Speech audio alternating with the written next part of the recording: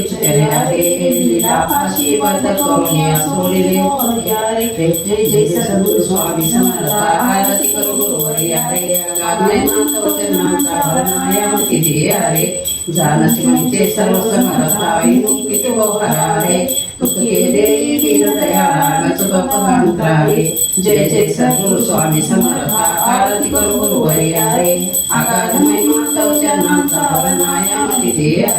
नमस्कार, श्री स्वामी समर्थ सगळ्यांना शुभ सोमवार आणि पुत्रदा एकादशीच्या हार्दिक शुभेच्छा। कारण आज पुत्रदा एकादशी आणि श्रावण महिन्यातील दुसरा सोमवार आहे। दोन्ही व्रतांचं दुर्मिळ योग आज घडून आलेला आहे। त्यामुळं भगवान विष्णू आणि विठ्ठल आणि महादेवांची सेवा करण्याचा योग आपल्याला आलेला आहे। सर्वप्रथम मी सगळ्यांचे सकाळी लवकर उठल्यानंतर सगळ्यांचे टिफिन वगैरे बनवून दिले आणि मग मुलं स्कूलमध्ये गेल्या। त्यानंतर आहोई गेले त्यांच्या कामाला। त्यानंतर मी देवघरातील देवांची पूजा करून घेतली सर्वप्रथम। त्यानंतर पांडुरंग आणि भगवान विष्णू यांचीही पूजा करून घेतली आणि खूप सुंदर असं देवघर आज दिसत होतं, फुलांनी एकदम गजबजलेलं होतं। त्यानंतर मग मी लागले महादेवांच्या पूजेला। इथं आता महादेवांचा जलाभिषेक करून घेतला, दुग्धाभिषेक करून घेतला। त्यानंतर आता बेलपत्री, फुलं जे काही माझ्याकडं अवेलेबल होतं तेवढं मी महादेवांना अर्पण केलं। शिवामूठ होती तिळाची। मग इथं 11 बेलाचे पानं भेटले होते मला, ते वाहून घेतले पहिले आणि बेल वाहताना ओम नमः शिवाय ओम नमः शिवाय या मंत्राचा जप सुरूच होता माझा। त्यानंतर आता शिवामूठ वाहून घेतली, तिळाची होती ती, आणि त्यासोबतच ओम नमः शिवाय हा मंत्रही सुरूच होता। त्यानंतर अशी काही माझी पूजा दिसत होती बघा। एकदम प्रसन्न असं वातावरण तयार झालेलं होतं। धूप दीपान घरामध्ये तर कुठलीही पूजा केली तर एकदम छान वाटतंच ना, त्यामुळं आता एकदम छान वाटत होतं। त्यानंतर मग माझी पूजा झाली आणि इथं सासूबाईंनी पूजा करून घेतली। त्यांनीही बेल वगैरे वाहून घेतला महादेवांना आणि त्यानंतर शिवामूठ वाहिली त्यांनी पण, फुलं वगैरे अर्पण केले। आता त्यांची इथं पूजा चालू होती तोपर्यंत इकडं मी बनवलं होता चहा, कारण दोघींनाही आमच्या एकादशी होते आणि त्यासोबतच सोमवार पण होता। मग आम्ही फराळाचं काय अजून बनवलेलं नव्हतं आणि आज आम्ही शक्यतो मिठाचं म्हणजे शेंदी मिठाचं खात नाहीत सोमवाराला आमच्याकडे, श्रावण सोमवारी। तर गोड फळं वगैरे, खीर किंवा मग लाडू वगैरे असंच खात होतो आम्ही। त्यामुळे मी आज सकाळीच बनवले होते शेंगदाण्याचे लाडू आणि राजगिऱ्याचे लाडू घेऊन आले होते। तर इकडं बघू शकता की आता हे ग्रंथ होते आमच्याकडे आहेत, ज्ञानेश्वरी, गाथा, गीता आणि भरपूर सारे शिवलेला अमृतचा ग्रंथ आहे, स्वामींचे ग्रंथ आहेत काही, आणि फोटो वगैरे। हे इथं जागा नसल्यामुळे मला पाठीमागं असे ॲडजस्ट करावं लागले, त्याची पूजा करून घेतली। आणि त्यानंतर मी लागले 11वा अध्याय जे काही शिवलेला अमृतचा आहे तो वाचण्याच्या तयारीला, कारण आज सोमवार होता। प्रत्येक सोमवारी मी 11वा अध्याय वाचते। त्यानंतर आता 11वा अध्याय यासाठी की कालच माझं पारायण झालेलं आहे, पूर्ण शिवलेला अमृतचं पारायण माझं काल समाप्त झालं आणि आज 11वा अध्याय घेतला। त्यानंतर मग आम्ही दोघींनी मिळून अशी आरती केली।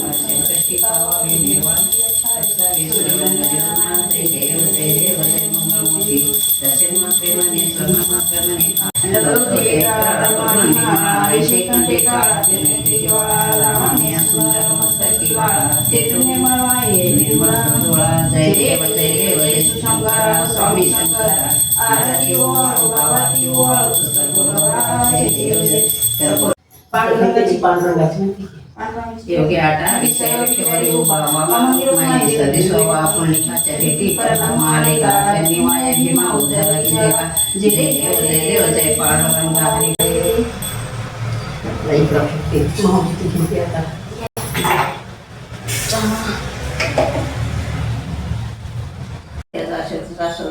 तिला माझा ज्ञान राजा लोकले ज्ञान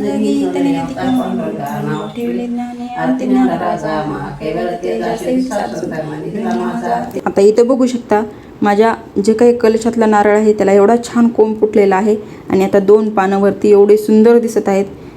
तिथं देवापाशी गेलं की अगोदर लक्ष ह्या नारळाच्या कोंबाकडे जातं, एवढं भारी वाटतं। आणि आता इथं मग मी फराळ करून घेतला, आईने अगोदरच करून घेतला होता। शेंगदाण्याचे लाडू, राजगिरीचे लाडू खाऊन घेतले। त्यानंतर झालं होतं टायमिंग, शर्वरीला घेऊन आले स्कूलमधनं। त्यानंतर आता 4 वाजता असं आम्हाला जायचं होतं मंदिरात। तर बघा इथं हिचे ॲक्शन सुरूच राहतात काही ना काही. मग अशा पद्धतीने त्या दोघींना तयार केलं आणि आम्ही निघालो मंदिरात. त्या काकू आणि अजून माझ्या 2-3 फ्रेंड आहेत, त्या आम्ही अशा 4-5 जणी मिळून आता मंदिरात जाणार होतो. तर त्यांच्याकडे जाण्यासाठी आम्ही आता निघालो. आता इथं रस्त्याने आम्ही गप्पा मारत जात होतो तसंच, कारण थोडंसं दूर आहे मंदिर घरापासनं. तर मग निवांतपणे असं निघालोत मंदिराकडे. आता इथं मंदिरात गेलोत. एवढी काही गर्दी नव्हती, थोडीशी होती. तरी पण संध्याकाळच्या आरतीचा टायमिंग होणार होता. त्यांना पुजाऱ्यांना मंदिर साफसफाई वगैरे करून घ्यावं लागतं, धुवून घ्यावं लागतं. त्यामुळे थोडीशी घाई करत होते. मग आम्ही सगळ्यांनी अशा प्रकारे पूजा करून घेतली. आणि आता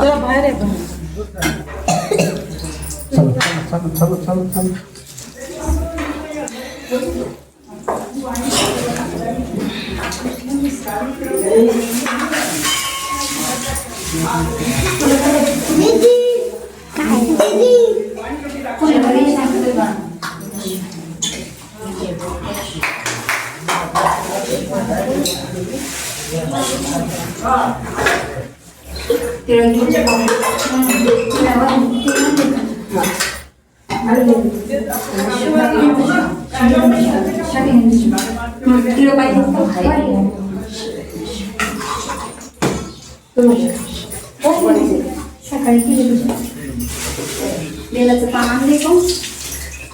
बेल नाही भेटलं मला. आणि आता तिथं मंदिरात तर काय अगरबत्ती वगैरे लावायला वेळ नव्हता, म्हणून बाहेर येऊन अगरबत्ती लावली आणि तुपाच्या वाती वगैरे आणल्या होत्या, त्या काकूंकडं दिल्या, ज्या की आरतीचं ताट तयार करत होत्या. आणि प्रसादही त्यांच्याकडे देऊन टाकला आणि म्हटलं की आरतीच्या वेळेस सगळं तिथं वाटून टाका. आणि त्यानंतर बाजूलाच स्वामींचं मंदिर होतं. मग तिथं दर्शन घेतलं छानपैकी आणि एकदम प्रसन्न वाटलं मनाला. कारण कुठल्याही व्रताचं दिवशी जर आपण मंदिरात जाऊन म्हणजे देवांचं दर्शन घेतलं तर मनाला एकदम छान वाटतं ना, प्रसन्न वाटतं. आणि इथलं वातावरण बघून तर एकदमच छान वाटतं. आता इथं माझ्या मागेच हिचं चाललं होतं बघा. मी जसं करेल तसं ती करत होती. आपण जसं मुलांना शिकवतो किंवा आपण जसं आचरण करतो मुलंही तसंच आपले बघून करत असतात. आणि आता इथं आम्ही थोडंसं मग दर्शन वगैरे केलं आणि थोडा वेळ बसलोत, गप्पा वगैरे मारल्या आणि निवांत झाल्यानंतर मग आम्ही निघालो. बघू शकता तुम्ही आता इथं किती छान मंदिराच्या बाजूला झाडं वगैरे आहेत आणि बाजूला टेकडी आहे. आता इथून आम्ही निघालो घराकडे, कारण घरची कामं आता बरीच बाकी होती. आता आमच्या गप्पा तर चालूच होत्या, कारण महिला मंडळ कुठेही गेल्यानंतर गप्पा मारत नाही असं होतच नाही. कारण कुठेही गेल्यानंतर गॉसिप हा आमचा सगळ्यात म्हणजे आवडतीचा विषय असतो. आणि त्यानंतर त्यामध्येच साड्या, ज्वेलरी वगैरे हे विषय तर आवडीचे असतात. आता इथं बघू शकता की अशी शर्वरीनं फुलं घेतली होती थोडीशी आणि त्यानंतरच त्यात आम्हाला मेंढ्या आल्या होत्या. त्यानंतर मी जाताच भगरीचं पीठ आणि दही घेतलं.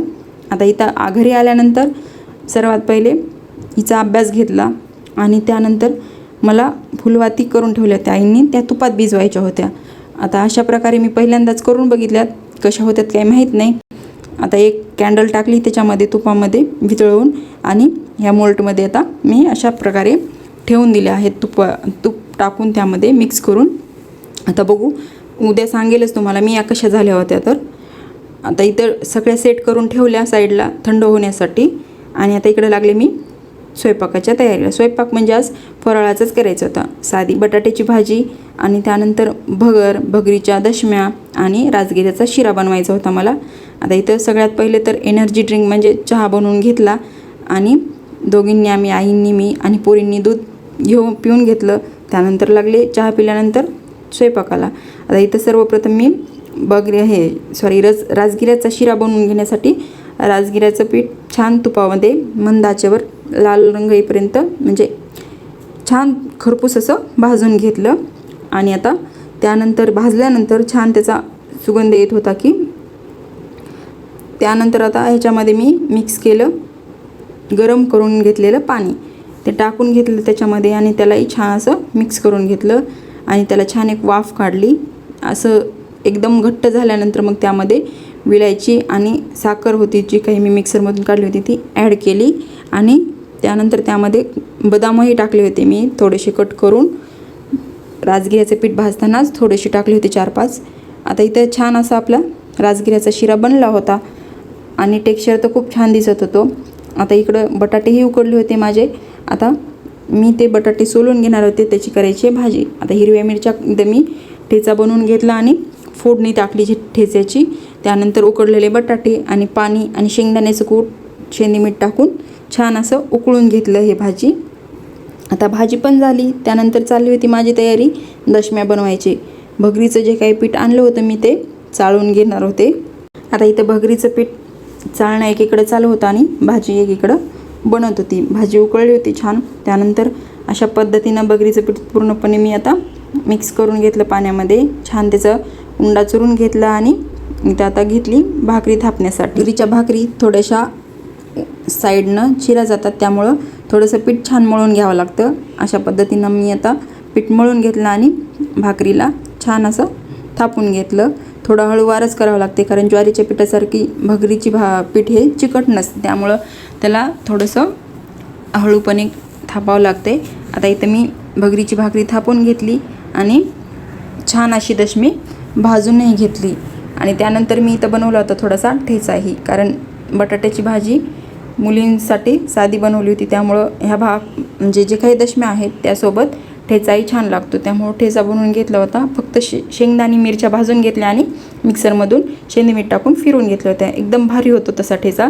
तुम्ही करत असा नसाल तर नक्की एकदा करून बघा.